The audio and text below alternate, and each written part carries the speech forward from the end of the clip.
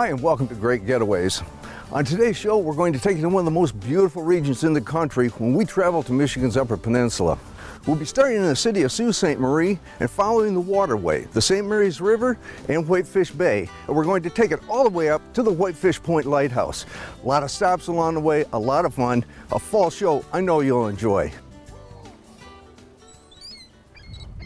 Production of Great Getaways is made possible by Rockies Great Outdoors. Located in Burton, Michigan, Rockies carries a complete line of motorcycles, snowmobile, camping, and hiking gear, including canoes and kayaks.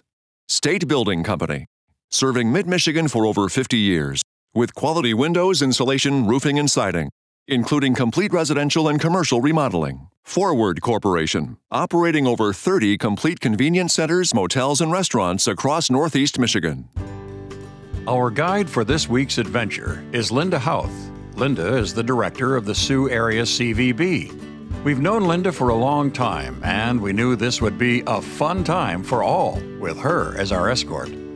Our adventure would start in Sault Ste. Marie with 7 exciting stops that will include lots of interactive history, dinner, and drinks before moving away from the city for more Native American history and completing our journey at the largest falls east of the Mississippi and then Whitefish Point. This adventure begins with a stop at the museum ship Valley Camp, where you can actually go inside her massive cargo hold and explore an actual Great Lakes freighter. The Valley Camp has been here for the last 47 years. She was built in Lorain, Ohio in 1917. As you can see from the expanse, she's 550 feet long. The Valley Camp itself basically was carrying coal. She would be picking up her coal. There would be 10,000 ton in 3 cargo holds. And the coal would be going down into the hatches and all the way down to the bottom. With the 3 cargo space being filled up, then she would latch on and button down the hatches and would head out on the Great Lakes. She did approximately 5 million miles in all of her lifetime. The museum ship Valley Camp offers more than just a tour of her deck. Housed inside her massive cargo holds is a 20,000 square foot museum with over 100 exhibits. One of the main display area is that of the 2 lifeboats that came off the Edmund Fitzgerald. 2 lifeboats. Lifeboat number 1 split in half. She was split in half, floating upside down. The Arthur M. Anderson spotted her, and the Reich came over, picked it up, and put it on dock. Afterwards, also, lifeboat number 2 washed ashore over on the Ontario side at Marais Point. They were able to recover it and bring it back here. After the investigation of the Edmund Fitzgerald, Captain Jimmy Hoba, also executive director of the Sioux Historic Site at that time, had the Valley Camp accommodating the 2 lifeboats from the Edmund Fitzgerald. Anybody that wants to come and see it, hey, mid-May to mid-October, 7 days a week.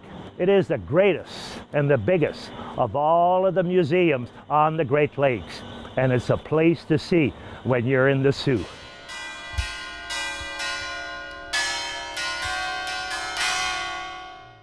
Soaring 210 feet above Sault Ste. Marie, the Tower of History has observation platforms for visitors to get a 360-degree view of the entire Sioux area from the Sioux Locks and the St. Mary's River to Sault Ste. Marie, Ontario, and the Canadian wilderness, more than 1,200 square miles. You will be whisked up an express elevator to get spectacular panoramic views of the city and several historic houses, as well as the world's busiest inland shipping channel as lake freighters and ocean-going vessels ply the St. Mary's River. With your camera, you can capture pictures of the boats or pan east for the museum ship Valley Camp and the historic hydroelectric power plant. Panning west, you will see the International Bridge and its unique movable span train bridge over the Upper St. Mary's. Be sure to spend time at the upper and lower level museum exhibits featuring the early missionaries and local and Native American history. Being avid fishermen, Tom and Denny were excited about our next stop at the Lake Superior State University Aquatic Research Lab at the Cloverland Electric Cooperative Hydroelectric Plant to see where students receive valuable hands-on experience in freshwater research and fish culture. And the hatchery itself is a cooperative arrangement between the Michigan DNR, Cloverland Electric, and Lake Superior State University. With that said, the university's prime interest in the fish hatchery production facility would be more of the hands-on training of our students to give them the actual field or lab work experience. So they're involved with everything from taking eggs to rearing these fish for a year and a half of their the fish's life cycle. And then they are stocked into the St. Marais River. Look at all those fingerlings, the future of fishing here. It looks really good. Nick Slight, a student at Lake Superior State University, explained why the success rate of this fishery was so much higher than anywhere else. What you're looking at here are all Atlantic salmon that we're raising here at our facility. There's about 5,000 fish in this raceway. We hold our fish for a year and a half before we release them. So in each raceway, you can see there's all the fish. The water comes in at the top end of the raceway over here, and then will flow through. And down at this end, there's a metal grate that you can see right here. The water's going out that metal grate and straight into the river. Look at all those salmon. It is so incredible the amount of fish that are in the Sioux area. From the water to the land, it was time to leave the fish behind and chase down some antlers. Nearly everyone who says they visited the Sioux is asked, "Did you go to Antlers?" Welcome to the Antlers! The Antlers Restaurant is a legendary landmark across from the south end of the Sioux Locks, serving northern cuisine at lunch and dinner with a great family atmosphere. There are more than 200 mounted animals inside. We've got everything, just about every animal from North America and a few that are not. It's been 60 plus years acquiring different animals. We get the question a lot of, did somebody hunt all these? And sure, somebody did at some point, but it wasn't any of the owners. It was all a collection over the years. Some of the stories go that people were able to pay their bill, their beer tab or their food tab with a mount. So a lot of bartering going on over the years. When you visit Antlers, you'll be intrigued by its legends and all of the incredible taxidermy specimens. Most of all, you can enjoy a great meal with family or friends with food in the up north tradition. What is it like to be carried through the Sioux Locks? You can experience it for yourself by taking the Sioux Locks boat tour. Head over to one of the 2 docks on Portage to climb aboard the Le Voyager or one of the other boats for a cruise or a dinner cruise through the Sioux Locks. Our old friend Richard Brawley, owner of the Sioux Locks boat tours, spent the evening with us, filling us in on some lesser-known facts about the area. Give us an idea of what goes on with these cruises. What it's like for everybody that goes out on them. Well, we have the one we're on now is our dinner cruise, and we're downriver. The first part of it, we load and head down the St. Marais River, and you can see the beautiful scenery in the islands, and we serve a nice dinner. It varies from what day of the week you're on. And then it goes back up into our regular lock tour, and we give the full narration as far as the history of the Sioux, one of the oldest cities in the country. And then we go into lock tour where we describe any vessels that are going through, with the length, the width, their cargo, where they're going, and that sort of thing. And then into the locks, which is the main event, so to speak, because everybody loves to see how that works. There's locks all over, but not this big that handle 1,000-foot freighters and that sort of thing. So we tell people how they operate. Then we go up in the upper river and we head over towards Algoma Steel, a working steel mill in Canada. The Sioux Locks Tour is an experience to remember. It's a maritime adventure that is both educational and a lot of fun. The regular season cruises run from mid-May to mid-October, with some pre- and post-season runs for groups. Happy cruising, everyone. A sailor's thirst can be quenched at the Sioux Brewing Company, Sioux, Michigan's first craft brewery. I won't will say this about our tap lineup. It's like a river. It's constantly changing. We brew 3 times a week. We try to bring 3 new beers up every week. We have 10 taps. Right now we only have 5 up because people have been drinking it about as fast as we can make it. You will want to hang out perhaps for a pint and a slice, making memories of your visit to the Sioux. For an indoor diversion and some great gaming fun, Keewaydin Casinos in the Sioux is the place to go. Whenever you're in Michigan's UP, you're never far from a Keewaydin Casino experience. Whether you're staying on the premises or dropping in for entertainment, you'll be captivated by the bright lights and the cha-chings coming from winnings at the slot machines. If you prefer, there are also table games, bingo, and keno in the casino. From live entertainment to gaming promotions and events, there's always something going on at Keewaydin. Traveling west of the Sioux, you will be in for some spectacular views, especially when you reach the turnoff for the Mission Hill Spectacle Lake Overlook. You will have to drive a steep, tall, narrow roadway to the top. But when you arrive at the parking area and see Spectacle Lake some 300 feet below, you'll be thankful you came. Oh, Tom, this is a great place. Take a look at the color around us. This is the Mission Hill, you know, and it has, you can just look over top and you can see all the fall color, the lakes, you know, and then the river. I said, and even from here, you might get lucky to see a lake freighter. I'll bet you could, because off in the distance, that's Canada. That's Canada. That is Canada. Yeah, it's great. And it's one of my favorite. It's quiet, it's peaceful, it's just a great place to come. You get the colors out here. What a magnificent sight it is to come up here and look around. We've also got something else up here. Yeah, Mission Hill Cemetery. It's a historical cemetery. We'll have to go in and take a look, I said, because, you know, we're such a maritime history up here. We've got a little bit of maritime mystery in the cemetery. Probably that was put up here then because of the beauty of the area? Yes, it was. And you got a lot of Native American. It's a very, very important place for them, too, so to come. All right. Well, let's go in there and take a look, but don't forget, you got to come up here just to look out right here. Well, Linda, this is a beautiful cemetery, and some of these grave sites have got dates on them going back a long way. Over 150 years. Now, we've got Native Americans, local people, as well as sailors that have been through the area. This is one where they found 8 of them on the shore after, you know, after the winter months. But it's like, we have it here and they have a memorial to it. And you know what? It's a kind of a mass grave site, and they don't know any of their names or anything, do they? No, and it's just, you know, they know that there was 8 sailors here. It's really interesting to look and read some of these gravestones that are here, just to get an idea of some of the dates and some of the people that are actually buried here. And some of them are so old, you can't even read the names anymore. And there's some in the way in the back that are unknown, but they know they're their grave site. Beautiful area. Yeah. Let's take a walk. Okay, let's do that. I love coming up here in the fall.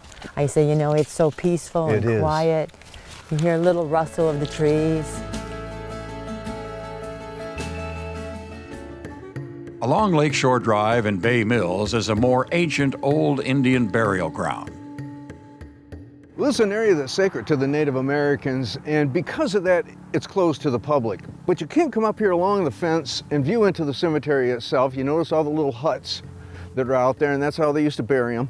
They would put some of their belongings. They might put tobacco, they might put their favorite knife, or whatever is it that they wanted to take to their next life, and they would put them in the tops of these. They believe the spirit then went up and would take these things with them. A unique feature of this preserved site is that many descendants of the families buried here still reside in Bay Mills. As you continue traveling along the scenic Lake Superior shoreline, the Point Iroquois light station comes into view. Whether travelers were in birch bark canoes or aboard a lake freighter, this unique piece of Iroquois Point was important to them. Today, when you visit the Lighthouse Museum, their stories and the stories of the lightkeepers and their families are revealed through photographs, antiques, and artifacts. Climb the 72 steps to the top of the tower for a picturesque view of Lake Superior. Visitors can always enjoy a walk along the cobblestone beach in search of agates, but don't forget to look up and out over the lake to catch sight of the freighters. Perhaps the most well-known lighthouse is the Whitefish Point Light Station. This was one of the first lighthouses to stand guard over the entrance to Whitefish Bay, sometimes the only shelter for sailors trying to escape Lake Superior's fury. We are going to the top of the tower. I've never been here before, so this is really exciting, but we got to go up these stairs again, so it's going to be a little haul. Come on along. We're standing at the top of the Whitefish Point Lighthouse right now. We're outside.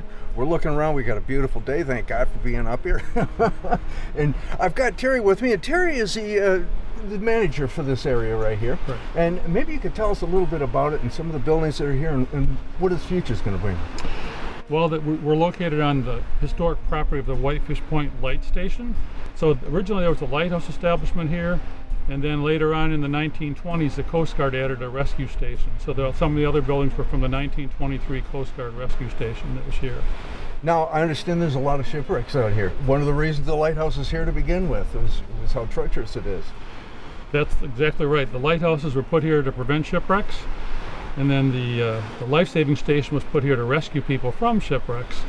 And now we have a shipwreck museum up here because there were lots of shipwrecks still, but they all work really well together because the shipwrecks have helped us to restore these other buildings. So it works really, and the stories just intertwine beautifully.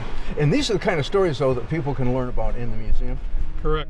You go to the museum and there'll be displays on each of the shipwrecks. There'll be a few artifacts from them from bygone days, and there'll be images. So we've tried to restore the stories with enough graphics to make it easy to understand. Now, right now, since 1984, all the artifacts on the bottom of the Great Lakes are protected in the state of Michigan. So we encourage divers to go take pictures, take video. Cameras are really cheap nowadays and they're really good. And you can take lots of pictures and video, but don't take things off the wreck. Well, obviously it's easy to get lost in these kind of stories and stuff, but we're going to take a minute and have you look around. This is a beautiful outlook here. It is hard to imagine the fury of the lake when looking out over calm waters lapping against the sandy shore that goes for miles. Take off your shoes and let the sand get between your toes as you look for banded agates or other beautiful stones, or just enjoy the magic of Lake Superior. A visit to the Whitefish Point Light Station and Shipwreck Museum is both fascinating and humbling. Just a few miles from Whitefish Point, you'll find another UP treasure, the Tequamanon Falls. Noted in poem and song, you too may be inspired by the thunderous upper falls and adventurous lower falls of the Tequamanon River. Teresa Neal, the park naturalist, shares the story of the falls with Tom. Tequamanon Falls is the second largest state park in Michigan, right behind the Porcupine Mountains. We have about 48,000 acres here at our park, of which 20,000 or so is considered a natural area, which means that there's no motorized vehicles allowed in that section of the park. A lot of people come to the park to see the Upper Falls, which is the largest waterfall in Michigan at 50 feet tall and 200 feet wide. Usually there's a maximum flow rate in the spring of around 45,000 gallons per second that go over the Upper Falls. That's a lot of water. Year-round, it's a really interesting place to visit.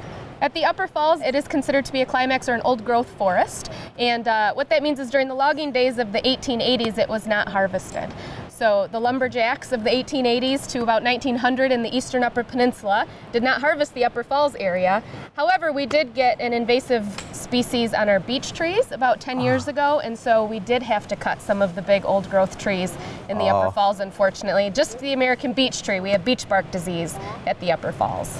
The Lower Falls, which is where we're at right now, is open during the non-snowy months. This is where the campground is, and the amenities such as the rowboat rental and hiking trails are pretty popular here as well. Now, can people bring boats in and get them into the river and things? They do. There are a couple of ways that you can actually access the river on your boat. One is here at the Lower Falls, and the other spot is at the river mouth. The Tequamanon River is very popular for fishing, recreational boating, and kayaking and paddling. Well, we do a lot of hiking, and I know you've got some great hiking trails here. We mentioned that already. But how long are they, and what will we see along the way? Sure. Some of our most popular hiking trails are along the North Country Trail. And the North Country National Scenic Trail is a 4,600-mile trail, but actually about 35 miles of it go through the park. So we get quite a few through hikers as well as day hikers that hike between, say, the Upper and Lower Falls is the most popular trail in the park. It's called the River Trail. It's 5 miles. It's pretty rugged, but it's definitely the most beautiful. Follows the river up and down. Oftentimes folks might see otter or signs of beaver for sure. The occasional deer will come through there. People have seen black bear here at the top of the lower falls, so there are viewing opportunities if you're in the right place at the right time. Part of my job here at Tequamanon is to do free educational programs for the public. So we do all sorts of things from bear den hikes to snowshoe excursions. In the winter we do a lantern lit ski trail. And we offer programs 7 days a week from Memorial Day to Labor Day for our campers and our day use visitors, and then usually on the weekends in the off season. So it enhances folks' experiences by coming to the park and taking part in a nature program. Tequamanon Falls, the place where the sound of rushing water releases your inner stresses. With more than 40,000 acres to explore, you'll want to come back often. The historic village of Grand Marais boasts warm summers, beautiful autumns, and snowy winters for a year-round recreation destination. You may be surprised to find this remote village as you travel the southern shore of Lake Superior, but it is one of the oldest place names on the Great Lakes. There is a wonderful pier in Grand Marais where anglers catch whitefish, menominee, and lake trout. Now this channel behind us is always with boats coming and going in the summertime, and it's just fun to be down here to watch and be a part of. We have the sailboats, fishing boats, and water skiers. All kinds of things coming in here. You got a beautiful beach over there too. Oh, we do, and you know, it's such fun to look down at that beach. The friendly, small-town atmosphere is found when you visit the establishments in town, like Lake Superior Brewing Company. Well, Dave, when we came in, I asked you what would be a good beer, and you mentioned this one that I'm drinking right now, and this is something that you kind of created on yourself, isn't it? Yes, this is my recipe. It's an English-style bitters that I created the recipe for, and I haven't, we really didn't join too many, contests or anything like that. A lot of people send their stuff out for, but this one I wanted to see if, since it was my beer, I wanted to see. And I won a silver medal in our category, but actually it was the highest silver handed out, and they didn't hand out any gold medals in that category. Wow. And I was like a half a point from a gold. This is the place to be when you're in Grand Marais. You will enjoy the unique atmosphere steeped in the history of a harsh environment and life in Michigan's Upper Peninsula. The North Country Trail runs through Grand Marais and brings you to the Szabo Falls and Grand Szabo Dunes. The Szabo Falls are in a remote area at the easternmost end of the Pictured Rocks Park. As you hike the short, well-marked trail to the falls, you will hear their refreshing sound as they tumble 75 feet over a number of small cliffs on the way to Lake Superior. As you walk along the trail, you'll come to the first viewing platform, down a staircase with 169 steps. Spend a little extra time at the viewing platforms to capture photos of the falls. You will think each view is more beautiful than the last. The trail continues past the falls and down the canyon. Take your time enjoying the walk through the woods. It is about a half mile to the beach as Szabo Creek winds its way to Lake Superior. Well, this is it. This is where the mouth of this little river ends up, right here on Lake Superior. Started in the Grand Szabo Lake, came over to the falls, rapids through here. It's hard to tell as you're walking along, but this cut right through the dunes that are out here. And if you look down the shoreline from it, you'll see these huge dunes down there. That's where the rollaways that we've heard about today that are at, down that way. Some of these areas go up as high as 200 feet. So it's big sand dunes, not the kind you're going to climb up and down, okay? Is that great or what?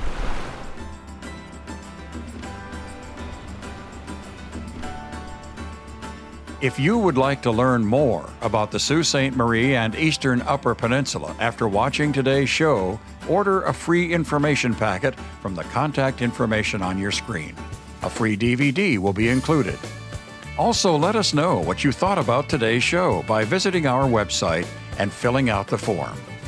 While there, Be sure to make use of the travel planner we put together for you. There are videos, pictures, and links for area information to guide you to the great places we brought you today. Your online adventure will be just the start of your next great getaway. Well, I hope you enjoyed today's autumn tour in Michigan's Upper Peninsula. Remember, if you'd like more information, you can get it at our website at greatgetaways.tv. And don't forget to like us on Facebook. Thanks for watching, and we'll see you next week. Production of Great Getaways is made possible by Rocky's Great Outdoors. Located in Burton, Michigan, Rocky's carries a complete line of motorcycles, snowmobile, camping, and hiking gear, including canoes and kayaks. State Building Company, serving Mid-Michigan for over 50 years, with quality windows, insulation, roofing, and siding, including complete residential and commercial remodeling. Forward Corporation, operating over 30 complete convenience centers, motels, and restaurants across Northeast Michigan.